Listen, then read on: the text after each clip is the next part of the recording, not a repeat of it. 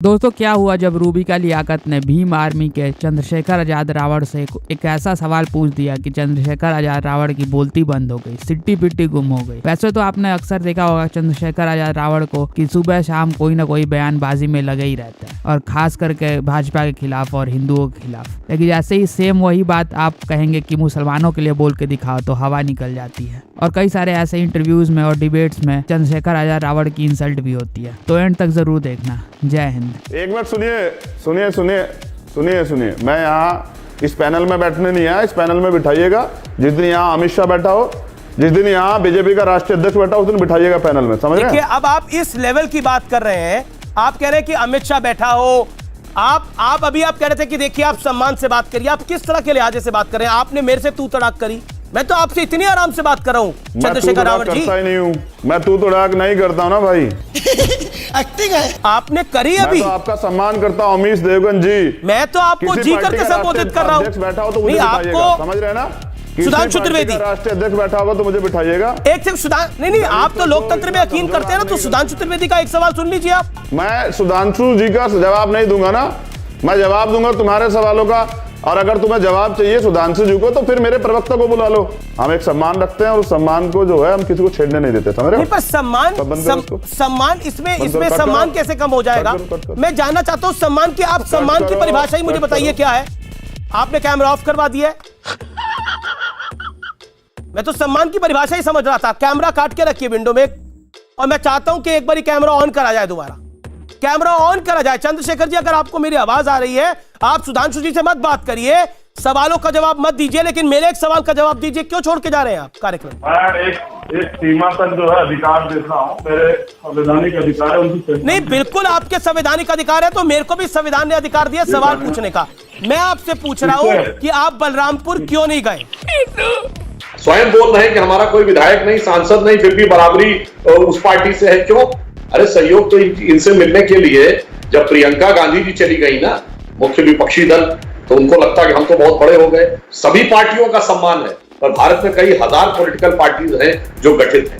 और अभी इन्होंने एक बात कही, तो मैं एक बात कहना चाहता हूं। इन्होंने कहा भीम आर्मी एक सोच है, मैंने माना।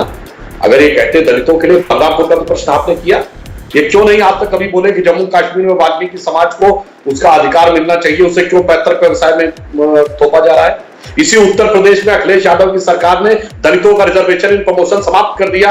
इन्होंने कोई आंदोलन किया? आप क्रोनोलॉजी समझ लीजिए। आप अपने आप को सामाजिक कार्यकर्ता कहते हैं, क्यों छोड़ा नहीं जा सकता? दलितों के लिए आप लगातार काम जो करेगा उसको छोड़ा नहीं जा सकता है। नहीं, अरे सर, अभी आप और मैं बात कर रहे हैं ना। मैं ये कह रही हूँ, मैं आपसे बात करना चाहती हूँ, मैं आपसे सवालों के जवाब देना चाहती हूँ। तो आप कह रहे हैं आप सामाजिक कार्यकर्ता हैं, आप ये कह रहे हैं कि आप दलितों का उत्थान करने के लिए यहाँ पर हैं, और इसीलिए आपने एक राजनीतिक पार्टी बनाई है। तो मुझे ये बताइए कि वो कौन सा राज्य है जहां सबसे ज्यादा, वो कौन सा राज्य है जहां सबसे ज्यादा दलित बेटियों के साथ अत्याचार हो रहा है? वो कौन सा राज्य है? आंकड़ों के हिसाब से बताइए, कौन सा राज्य है जहां सबसे ज्यादा दलित बच्चियों के साथ अत्याचार हो रहा है? कौन सा राज्य ऐसा जिसमें नहीं हो रहा है? कौन सा राज्य है जहां सबसे ज्यादा हो रहा है? मेरा सवाल सुनिए ना। पूछ रहा हूँ, आप आंकड़े सिर्फ वो देखती हैं जो FIR दर्ज होती है। कौन सा राज्य है जहां दलित बच्चियों के साथ सबसे ज्यादा अत्याचार हो रहा है? NCRB के 2019 के आंकड़े मुझे याद है, आप बताइए। अच्छा, आपका सवाल हो गया तो जवाब दूं? वेट कर रही हूं मैं। मैंने आपको बताया कि अभी आपके पास जो आंकड़े हैं ना, वो आंकड़े हैं जो FIR दर्ज होती हैं। मेरे पास वो भी आंकड़े हैं जिनमें FIR दर्ज नहीं होती है, और उत्तर प्रदेश में सबसे ज्यादा अत्याचार होता है। सर, ये तो आपने तय कर लिया ना। NCRB का आंकड़ा कहता है सबसे ज्यादा SC कम्युनिटी की बच्चियों के साथ अगर कहीं पर अत्याचार होता है तो वो है राजस्थान। 554 highest in India. मुझे ये बताइए, आप राजस्थान में क्यों नहीं गए? उत्तर प्रदेश ही क्यों? इसके पीछे की नीयत क्या बताया आपको? ये जी, हेलो, हाँ, मैं सुन रही हूँ। उत्तर प्रदेश ही क्यों? राजस्थान क्यों नहीं गए? मेरी आवाज आ रही है आपको? बिल्कुल आ रही है सर, दुरुस्त एकदम। हेलो, सुन रही हूँ चंद्रशेखर आजाद साहब, आपकी आवाज आ रही है मुझे आपकी आवाज कम आ रही है। पहला सवाल, Chandrashekhar Azad rapid fire round में कांशीराम का सही उत्तराधिकारी कौन है? चंद्रशेखर आजाद। बहुत बढ़िया। दलितों का सबसे बड़ा नेता इस देश में कौन है? देखो दलित ये या फंस गए, कंफ्यूजन अब फंस गए, अब फंस गए। देखो मैं फिर कह रहा हूँ ना, अच्छा फिर मैं अरे मोदी इसीलिए जी- रैपिड फायर है। नहीं मोदी जी को क्या मैं उन्हीं की जाति का नेता कहूँ क्या, या अमित शाह जी को उन्हीं की जाति का नेता कहूँ क्या? अब कब इसको, इस चरित्र को कब बदलने वाले बता ओके, मानक भाई। मैं समझ गया। ओके, सवाल के जवाब में आपने मुझसे सवाल पूछ लिया। हाँ। ठीक है, डन। दलितों की सबसे हितैषी पार्टी कौन सी है? फिर दलितों की पार्टी, दलितों का ही नेता। नहीं, मैं दलितों का पूछूंगा क्योंकि आप ही खुद कहते हैं दलितों की आवाज कोई नहीं उठाता, मैं उठाऊंगा। दलितों दलितों की की सबसे हितैषी पार्टी कौन सी है? आजाद समाज पार्टी। बहुत सामाजिक संगठन भीम आर्मी। दलितों की सबसे विरोधी पार्टी कौन सी है? भारतीय जनता पार्टी। बहुत बढ़िया। यूपी का बेस्ट सीएम अब तक का किसे मानते हैं? माननीय बहन जी को। मायावती। यस। योगी जी को 10 में से कितने नंबर देंगे? माइनस। चड्ढा समझाओ इसे, समझाओ। संविधान के अनुच्छेद 44 पे इसका जिक्र है, तो आप संविधान को अगर मानते हैं तो इस पर हामी क्यों नहीं? लेकिन आप बताओ, इसकी राह में सबसे बड़ा रोड़ा तो बीजेपी है।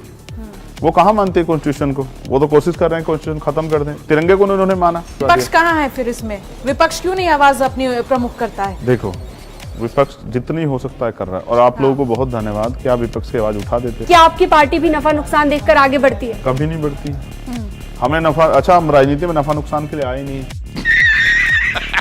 चलिए आगे बढ़ते हैं, माफियाओं की बात कर लेते हैं। माफियाओं को मिट्टी में मिलाया जा रहा है, इस पर क्या कहेंगे आप? हाँ, एक माफिया तो अभी जिनको इतना लंबे का समय का टाइम दिया कि भाई आराम से सेटल कर लो, डरा दो, परिवार को धमका दो, परिवार से किस तरह से जो है बातचीत कर लो, सेटिंग कर लो कि आपकी जान बच जाए।